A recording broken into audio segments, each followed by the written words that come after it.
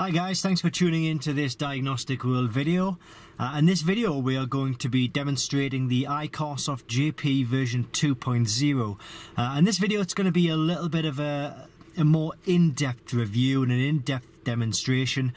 We have done some other videos on this tool which basically show the tool just really doing a quick reset or showing you how to read the codes. Well, in this video we're going to be showing you how to do resets, and we've got some warning lights on this Toyota Yaris here. So this is what we're going to be using to diagnose, reset all of these faults, get rid of the warning lights, and show you a few of the features on the actual tool itself. So first of all, the tool is available at Diagnostic World. It's www.diagnostic-world.com. We appreciate if you could just click the link directly below this video or in the comments box below. We are a smaller business, so we appreciate any sales through this business as opposed to the likes of Amazon or eBay. So here we go. We've got the warning lights, so I'm not sure how well you can see these, but this is the ABS light. Then next to that we have the airbag light. Don't worry about that one, because that's just because we've got the handbrake on. We're on a slight incline here, and you can just see creeping there, that's the check engine light. So it's a 2006 Toyota Yaris that we are in, and this is the tool when it's plugged into the diagnostic port. So we have a cable going from here into the tool. The other end of this cable plugs into the diagnostic port, which is just below the steering wheel but before you get to the pedals. And this is the main screen that you'll be greeted with. So this is where you do your main diagnostics, the top right here. If we go along one, you can go to service, we've got voltage, OBD2, review, DTC lookup, setup, help, and about. Now one of the first things I'm going to do is go to setup. You don't need to do this if you don't want to. However, I'm going to click the buzzer and just get rid of the beeping sound, because I find that slightly annoying. But obviously everybody is different, and you may be happy with that. That's fine. So what I'm going to do is we're going to go and diagnose some of these first of all. So we'll go to diagnostics, we're going to select our vehicle, which is Toyota, and you can see the process is really simple. You don't need to have any previous knowledge or any previous experience to use one of these tools, because you literally can't go wrong. You just follow the menu system all the way through until you get to where you need to be. So on this screen here we are presented with a few different options, and these are the different modules and systems that the tool can access. So the main ones you'd be looking at, probably engine, which relates to the check engine light, the ABS VSC TRC, which relates to the ABS light, and then down Srs Airbag, which relates to the Srs Airbag light. So what I'm going to do first of all is click onto engine and ECT, click onto read fault code, and we had a P0351 fault which was relating to a ignition coil in cylinder A, or cylinder 1 as it's also known. So what we're going to do now is click on clear fault memory, and when I do this we should see an end to this little check engine light here. So I click clear fault memory, one more click, and keep an eye on the engine light. There we go, that's disappeared. Erase operation done. So then we're going to come back into our main systems list, and we're going to go down to Srs Airbag. So we'll initialize into this system here now. We're going to click read fault code again, and this time it's giving us a B1821. It's a current fault code, open in side squib right hand circuit. So the right hand on this is the driver's seat, so you look underneath the driver's seat for the squib, the connection squib, and we did indeed find a loose connection. So that's the reason for the fault code there. If I'm just going to click on to clear fault memory, and then when I click OK, again just keep an eye on the red airbag light, not the orange one. And there we go, the airbag light is now gone. So we're getting through this, we're getting through it. Now the last one on the list is ABS, and we're going to click to read fault code, and we had C1332 circuit in right rear speed sensor circuit.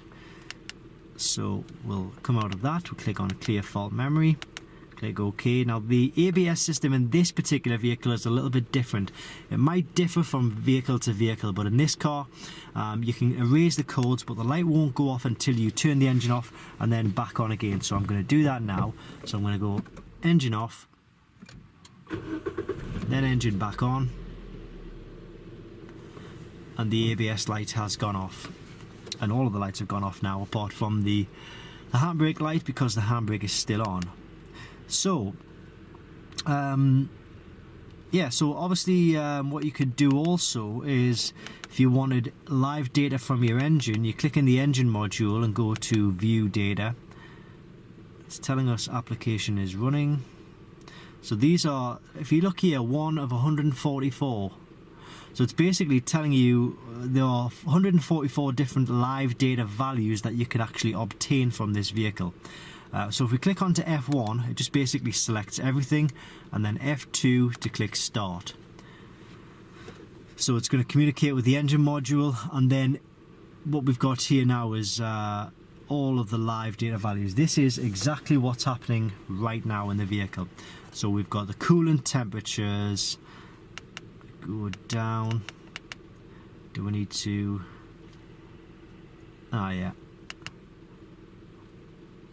Sorry, so there's a little blue bar at the end here which goes through them step by step. So you've got engines.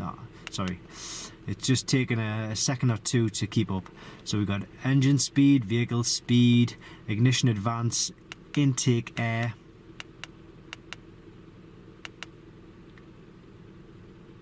I'm not going to go through all of these, but we've got MAF readings, throttle sensors, O2 sensor live data. And all of this data is really valuable for basically detecting faults, to see if any of the values are outside of the thresholds of where they should be on a normal running sensor. So engine run time, got a lot of different options here. As I say, I'm not going to run through them all, just really to give you a basic idea of what you can exactly expect. So I'll go back on this now, and we'll come out of this, and what we'll do is we'll go back to the main screen, and then we'll look at service. Service gives you more functions, and this allows you to do oil service resets, electronic parking brake resets on applicable vehicles. So say for example, if your vehicle has the electronic parking brake and you need to change the brake pads, you can open the calipers to allow safe brake pad removal and reinsertion. Battery registration on stop-start vehicles, they will generally need to be, when a new battery is put in, you'll need to have the battery registered to the vehicle, otherwise it won't work correctly, so that will allow you to do that.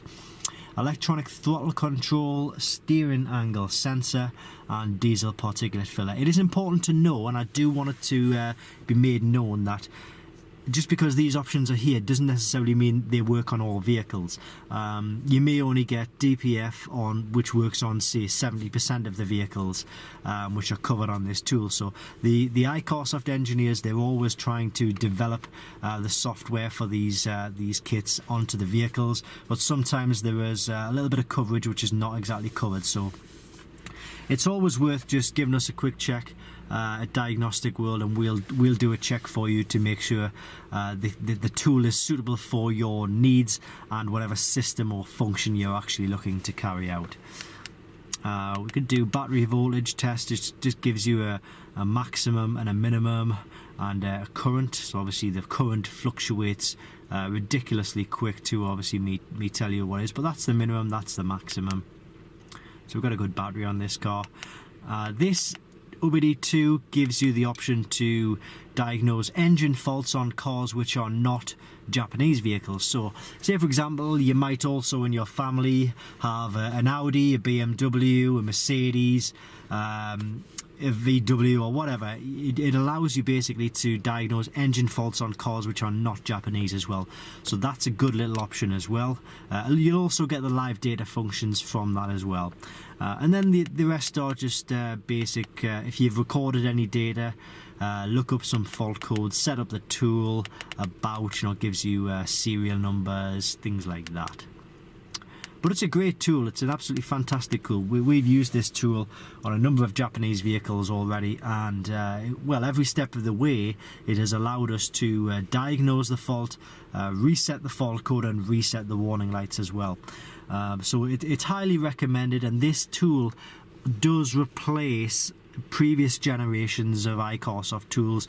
So it replaces, I'll have to go into the diagnostics to double check. So it replaces the TYT2 for those, replaces the HNM2 for those, and that as well.